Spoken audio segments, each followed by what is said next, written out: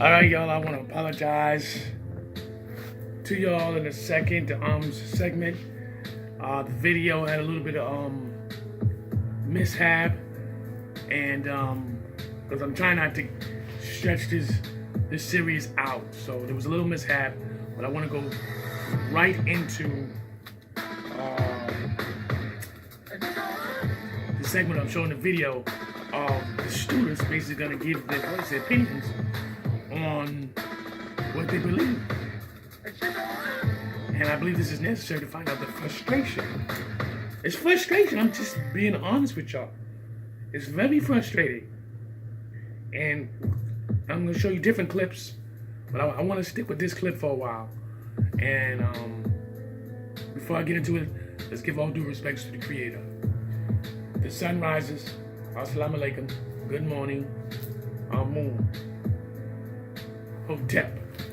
I'm SHU AMUN RA, and this is class, and I'm gonna go right into it. There's no hesitation like that, so no need to continue on. Let's get right into this class. I'll show you the video because we're frustrated. I'm frustrated, and just trying to. God. Okay, so here we go. Get ready.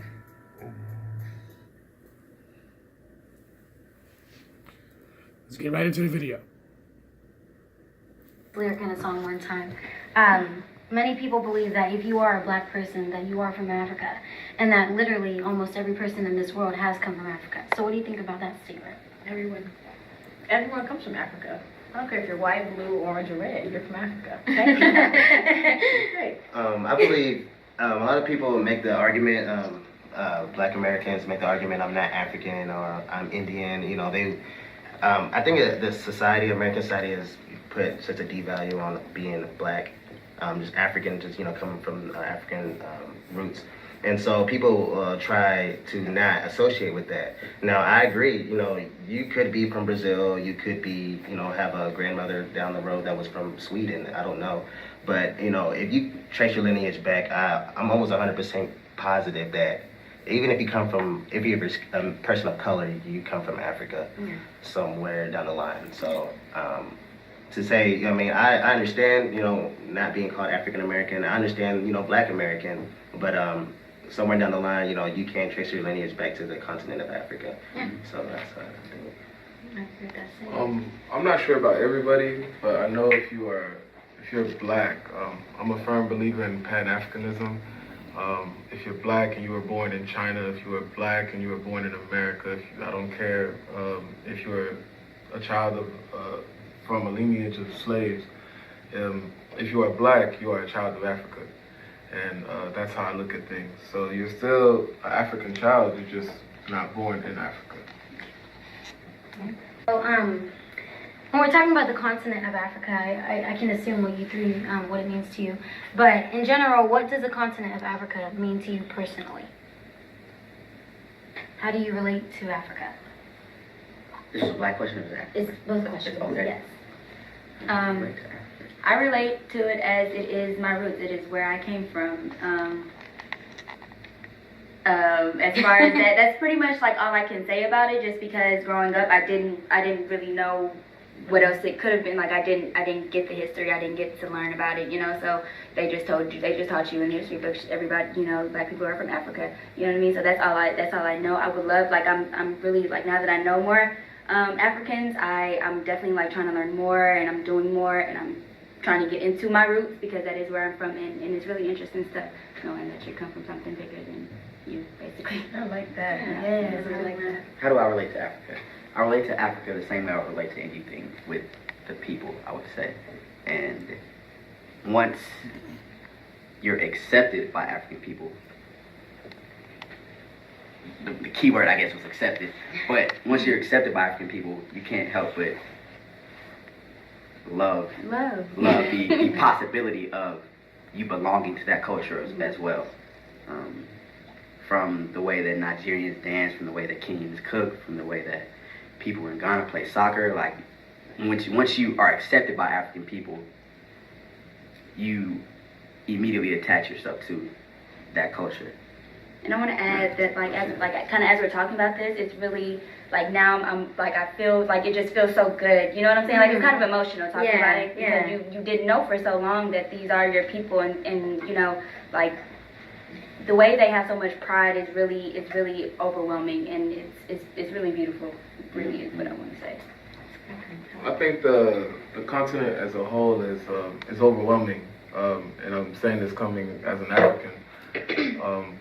Congo is a beautiful place. I know Congo like the back of my hand, but there's other countries that I have no clue about, and I enjoy learning about the different cultures because there's so many differences amongst us, and so many different types of beauty that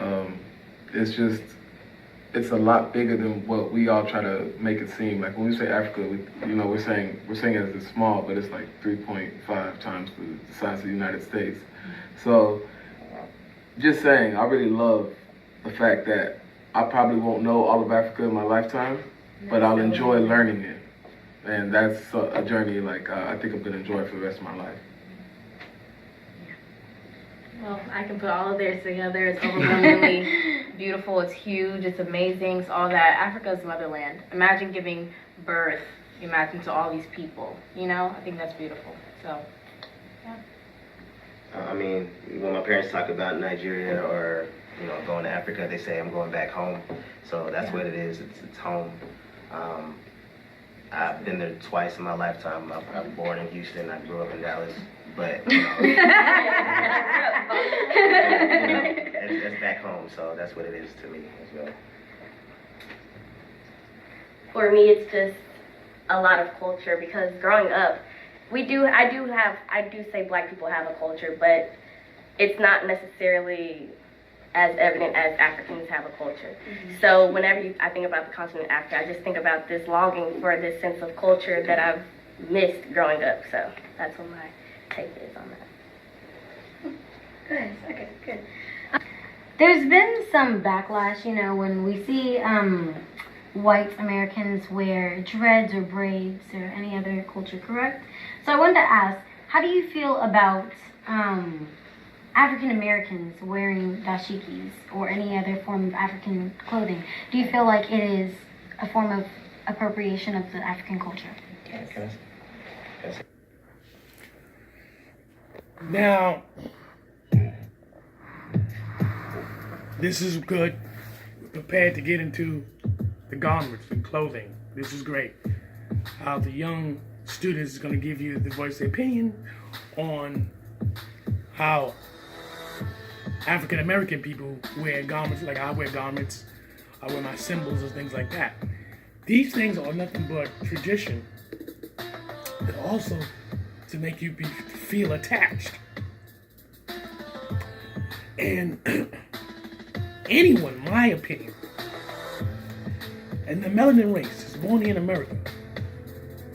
And if you ever can find out your traits and do the African ancestry to find out where you at, and you choose not to wear that, listen, it is your prerogative. It's your prerogative. It's always going to come up to be your prerogative. But I'm telling you something. As far as I'm concerned, I want to have an attachment to the world's greatest and the world's biggest continent on the planet, Africa, that has over 54 states or nations, whatever you want to call it, that's in Africa, that is accountable. Because in Africa, they have not account all the tribes that's there, trust me. So, and if you don't believe me, look it up yourself. This is why I tell you, like pencils and papers. You can still see the frustration in the youth. And that frustration is finding your identity. Finding your identity. This is what they're stating. Some of them are African, right? You got one guy says he's from Congo, he knows that. The other one says he's from Nigeria. I think it's Nigeria. But he was born in Texas. He said he was born in Texas, Houston, but his family comes from Africa. Not thousands of years ago. He said he's been to Africa twice. The other brother stated that he knows Congo the back of his hand. So that means he just basically, he comes from there. He may be a exchange student or their family moved him to America. And his homeland is Congo, which is in Africa. And just like he clearly explained, when people say Africa, they make it like it's a small little continent. Nah. Africa is the biggest continent on the planet. And a lot of you don't know that. You don't know. And just like when the other young lady stated, she says, when we was in school, they only teach you so much. They're not teaching you nothing about Africa like that.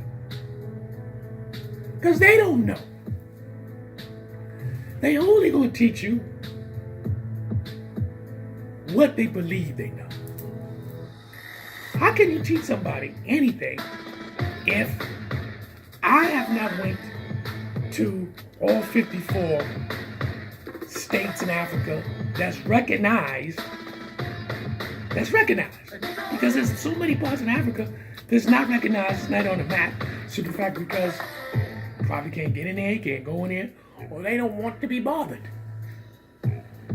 And you gotta also remember, a lot of these tribes are destroyed through invasions and conquerors. Okay? So, gods and goddesses, understand the frustration. But now we're gonna get into clothing. We're gonna get into clothing. Let's get into it. Until I came to the University of North Texas, I was around Black Americans. Those were my friends. Those were I hung out with. And the only time I felt like I was Nigerian is when I went to a function with my parents or I was at home and people were at home. So I grew up, kind of getting made fun of a lot. They always wanted me to do the accent and crack jokes, and I was always that guy. And so, that goes back to me saying like they just didn't know, the history. They didn't take the time to try to learn it. And now that I see, even white girls wearing dreads and dashikis and stuff like that, I love it.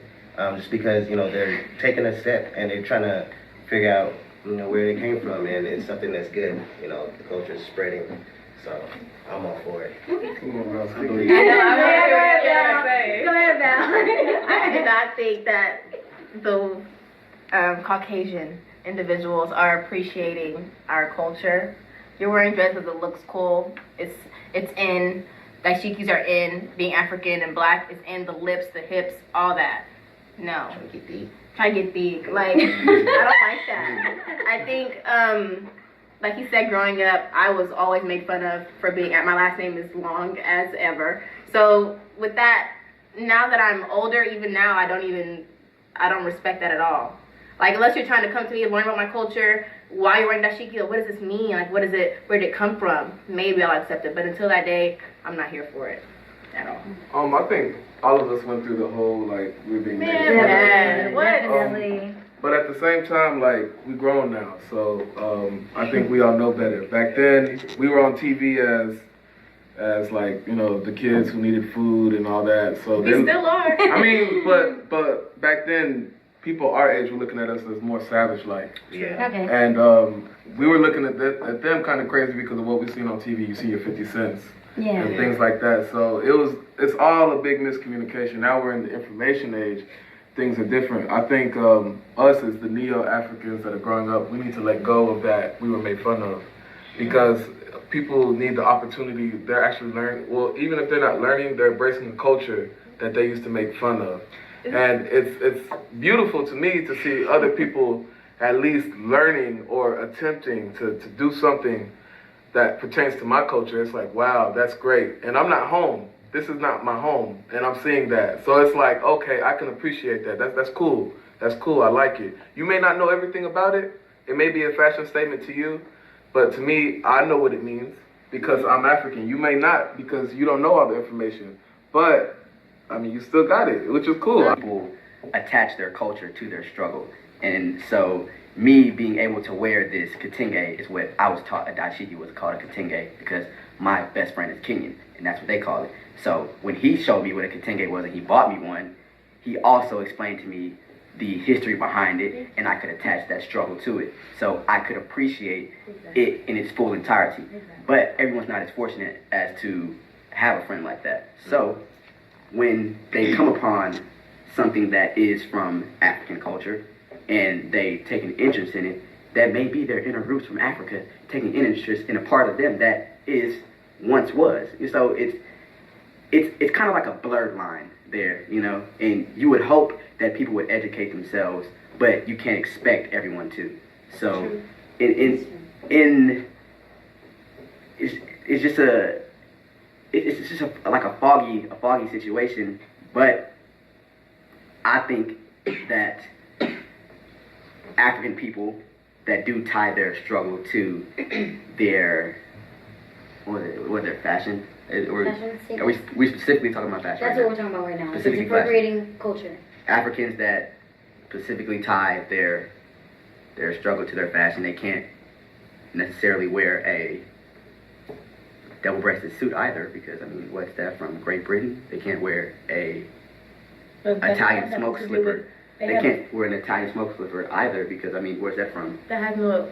There's no struggle. There's no struggle attached Don't to you Great think- Britain. don't Their you entire think- city was burned down in London. Attached to. Won't you think Their entire city was on their fire. suits, though? Won't you think that I understand what you're saying personally, but if you think about it, Nigeria was colonized by Great Britain. So that culture is going to be tied in with Nigeria, whether we like it or not. I'm speaking for Nigeria specifically. So we have that culture. And they did try to, I don't want to say brainwash, but water down our culture with their own. So when you say we can't wear double-breasted suits because they come from colonists, that's weird. When you say we can't wear double-breasted suits because they come from Great Britain, we have that culture as well. And as well as you guys, you know what I'm saying? So my question is that when we are talking about African Americans wearing African clothing, without knowing the history, can it be offending? Is it only African Americans, or is it white people too? Because I thought we were talking about both. When I'm wording the question, I'm specifically talking about African Americans, but we can't talk about I mean, Caucasians as well. If we're gonna have that conversation, it can be Africans versus everybody else. Yeah. Because, I mean, I understand where you're coming from. As human nature, we have a tendency to gravitate towards, you know, what the people around us are doing. I mean, I'm African, like my family. Wow. That was very interesting. Very interesting, class. How easy they became frustrated quickly. They became very frustrated in the conversation about clothing. This is what I wanted to bring out. And I'm so happy that it came out naturally. You see how the brother says, the brother from Nigeria, the African brother from Nigeria, you know he's born in America. He says he has no problem if Caucasian people wear the dreads and wear the dashiki clothing. If you look at the sister on the side of him, she gave him the attitude like, what? Nah, I'm not feeling that. I'm not feeling that at all, because they don't appreciate African culture. We cannot sit there and state that all white people's like that. Let's get one thing understand. I can show you video now. There's white folks who became dreads, who are Rastafarians. They live this culture. It's in them. They married a Rasta man, or the Rasta, the white man who became Rasta married himself a Rastafarian female. I mean, they believe in his culture. So where in that notion, I don't agree with that, because if you feel deity-wise, your deity will give you signs. If anyone of you don't understand deity, Your deity is your soul. It's your energy that goes towards the universe. But back to what I'm saying is that you will be given a sign, you will feel it, and look, you see, I wear different dashikis. I got a dashiki. This is kente cloth. Matter of fact, it's a kente cloth shirt, kente cloth hat, kente cloth sneakers.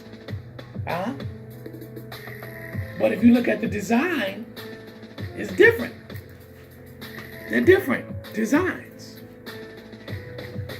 So when you start getting too, even the kente cloth here, it's different from what I got on. That becomes frustrating to talk. Because everybody has their own opinion and their own feelings of what they feel. But we got to understand this. We got to understand that some parts of Africa, it really was colonized. Whether we like it or not. It was colonized. Just like the young lady says, listen here, you gotta entwine Great Britain because it was colonized. Certain parts of Africa, Kenya, certain nations were colonized by Great Britain. So certain garments and clothing entwined with each other. See where the frustration comes from? This is the simplest things of different frustrations. Where naturally it comes from. I want to pick up the speed though. And I want to be able to show y'all another clip and sit there and watch it. And just watch it here, how Africans feel. But let's get back to the clothing. And then I'm going to show you a clip how African people feel towards America.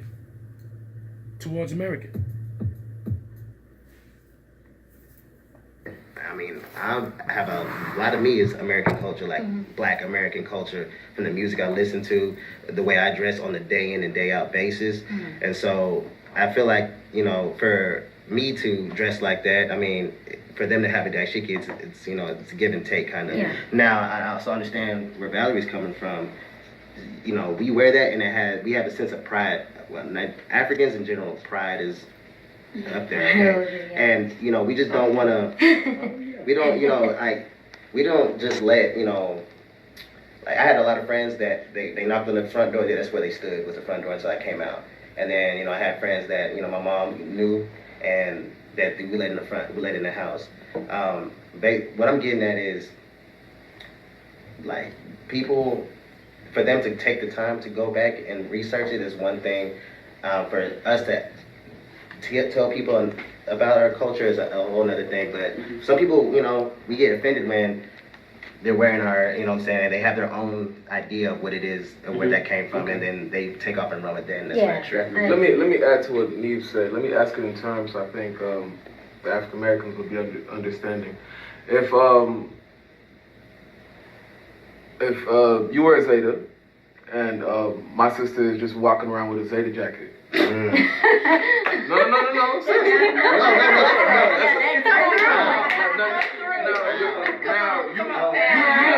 You done been through it all. You done been through line, whatever. And my sister just walking through with a Zeta jacket and say, "Hey, girl, how you doing? You see the Z? Ain't it fly, girl?" And you're gonna feel a certain type of way, and that's where like the amount of pride is crazy. When I say it's crazy. Like it's just like that. Yeah, it's crazy. It's even way deeper than that. Because I didn't know you guys will feel so like that. I didn't know. Like, I thought it that was okay strong. for African Americans at least to wear. No, it's okay. But I understand. As much as you But I understand. didn't know y'all felt that strong about people actually. You need Because to if know you my wear it and culture. then you're asking like weird know my questions struggle. like, Yeah. yeah, you know, I think Africa's cool. You know, then it's like, what are you doing? As long as you try to understand Yeah. it, that's all we're Globetrotter asking. jersey from the same like. You know what the Globetrotter did for I- Black yeah, Americans, I mean, you know what I'm we saying? do. So no African can wear a Globetrotter jersey.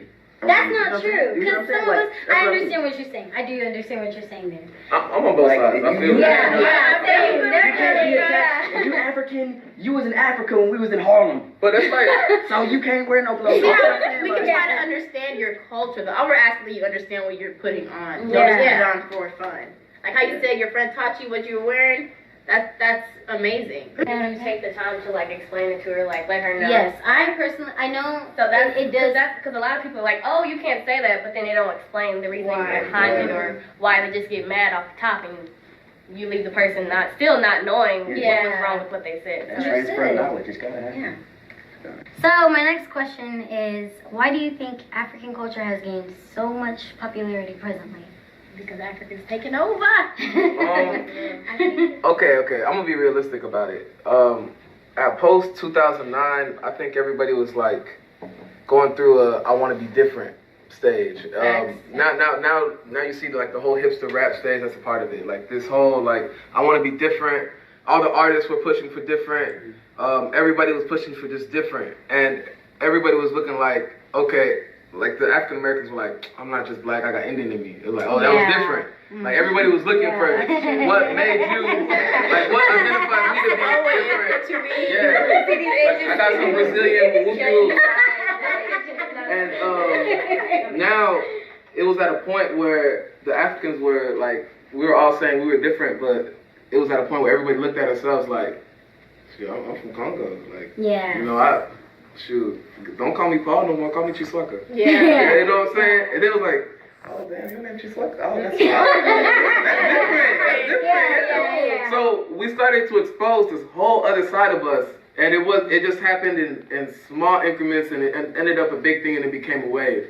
Like it came from probably a few people talking about, man, I'm really proud African, whoop de whoop. And then everybody just started to bring that energy, and now it's a big thing Texas-wise. Actually worldwide, because in the UK it's happening right now. Mm-hmm. So everybody is big on an African pride. That's like the biggest thing now. I love it. I think it's a great thing. That is really cool. It's a beautiful thing, but I hope that we aren't treating this right now as a fad, and people are actually looking into their culture, because. I don't want you to go around and say, I'm from Nigeria, I'm from Ghana, I'm from Mozambique, but at the end of the day, you don't try to speak your language, you don't go home, you just use it as a crutch because you're different. Like, I may be Congolese, but je connais français très bien. Like, you can't shake that from me. And I still go back and try to learn about my culture. I still ask my mom questions. I still try to identify as much as I can with my culture. I hope people aren't using it as a, yeah, shawty, you know, I'm from Mozambique. What's up? I think to pull evil men are forever in style. Yeah. No, Yeah. they're not. I want to add to go with what Pat was saying. I think it's also everyone's kind of growing up. As children, you couldn't go and you couldn't teach your friends. Well, I mean, you could, but I don't think that was kind of like the interest when you were younger. So now you're able to go and read more. You're able to really appreciate it because you're older. Your culture, the same way you appreciate your family more, the same way you appreciate your money more, stuff like that. You know what I mean? And so now that, because like I said, before college, in high school and in middle school, I didn't know many Africans. I didn't know anything about them. So, and then coming to college, I assume that, you know, because everyone's older and they can and they're willing to go out, and then there's also like the assimilation going on, then, you know, it's easier for you guys to teach others about their culture, whether you know you're teaching them or not. You know what I mean? All right, guys and goddesses, kings and queens. This segment is about to be over, and I really hope that you appreciate what I've shown you. The videos of young students basically talking about the frustrations of finding their identity. Young students basically also happy that people is embracing Africa. Also, they show their frustrations on different things about clothing, also trying to understand, dealing with the white Caucasian people wearing garments and dreads, and are they doing it to be a mockery, or they want to learn from it, as well as black people in America? Are you wearing? You see, my point of view is this: black people who is starting to be culture, interest, and African, anything African, the symbols, the clothing, the language, the music. This is a great thing. This is not a bad thing. This is a powerful energy, and a powerful energy is experiencing and exploding all out into the world, that black people are beginning to grasp and to take this energy, this powerful, positive energy, and begin to identify it and hold on to it, and then put it inside a deity, it's the energy level, and it begin to spew out this energy, this positive energy. But we gotta deal with the frustrations that we got, our own melanated people that's just trying to find a way not to engage themselves into this positive energy, because they believe somewhere in their heart that is wrong. They believe somewhere in their heart that it's going to mess with their money, dealing with their finances. Trust me, I'm telling you. You know, you see these people, you know how they act.